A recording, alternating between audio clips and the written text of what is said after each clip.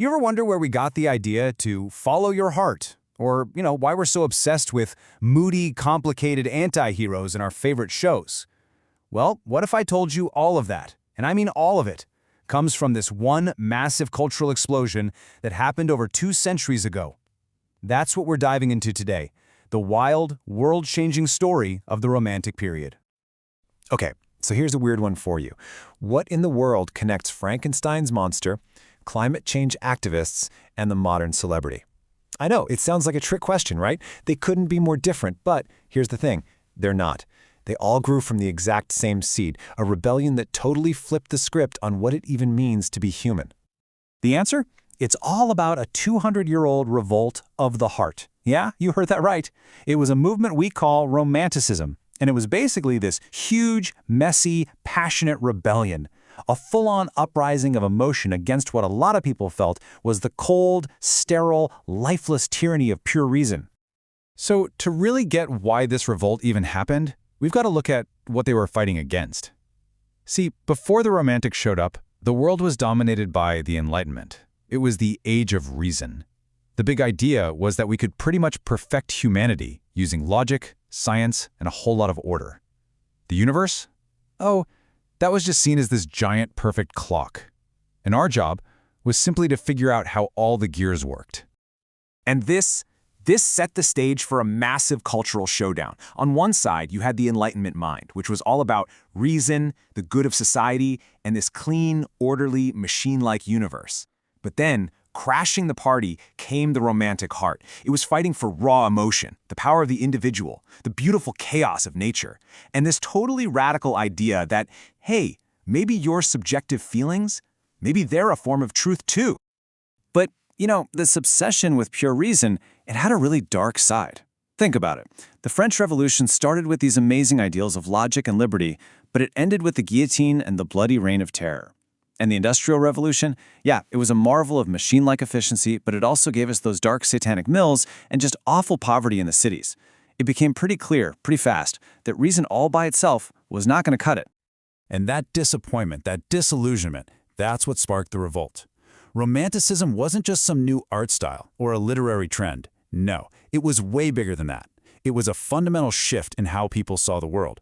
It was a movement that stood up and said, hey, your intuition, your imagination, your most intense feelings, those aren't weaknesses you need to suppress. Those are the very things that make you human.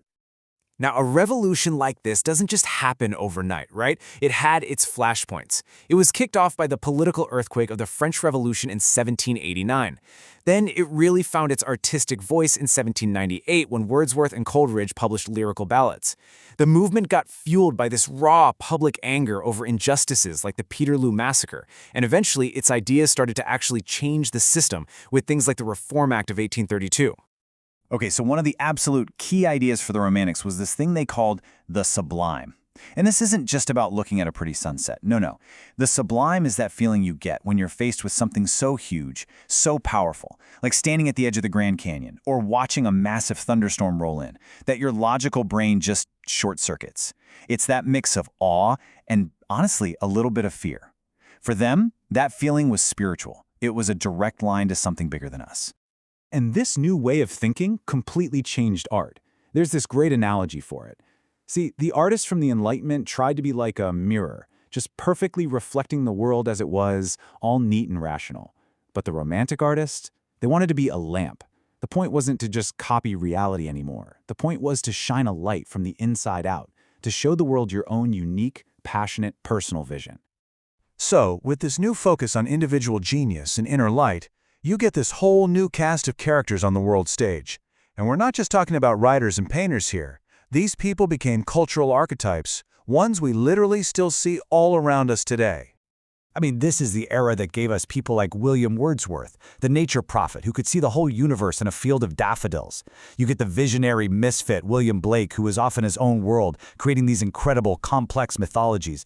And of course, you get the first real celebrity rebel, Lord Byron, who was famously called mad, bad, and dangerous to know. And then there's Mary Shelley, the scientific moralist, who took a spooky horror story and used it to ask some of the biggest questions about what we're doing with science and our own power. And speaking of Byron, he didn't just write about heroes, he pretty much was one. He invented this character type called the Byronic hero. You know the one.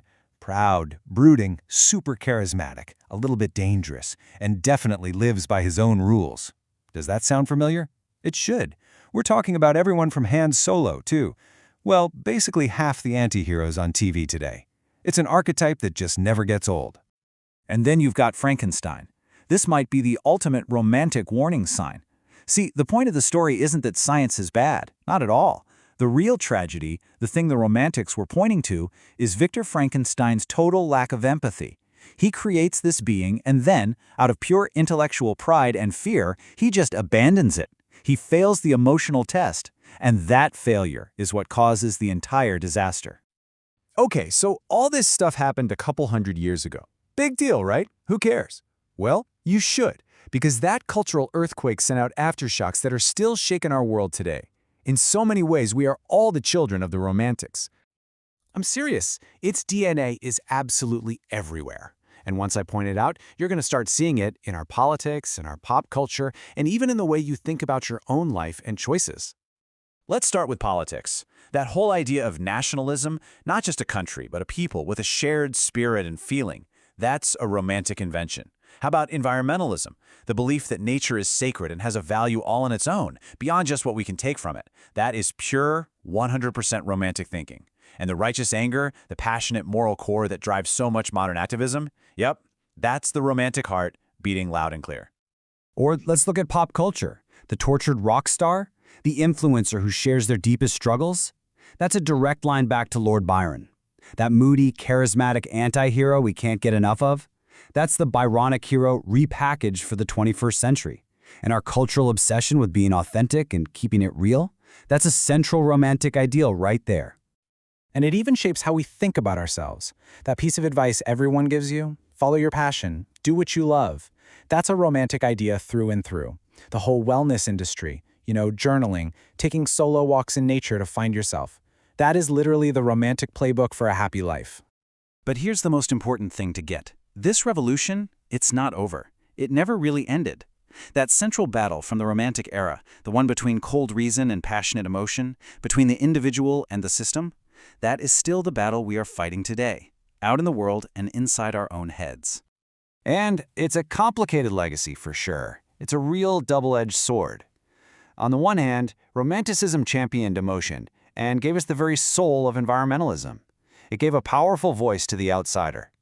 But on the other hand, its dark side can romanticize self-destruction, it can fuel the ugliest forms of nationalism, and that focus on my feelings can sometimes slide into a dangerous rejection of objective truth.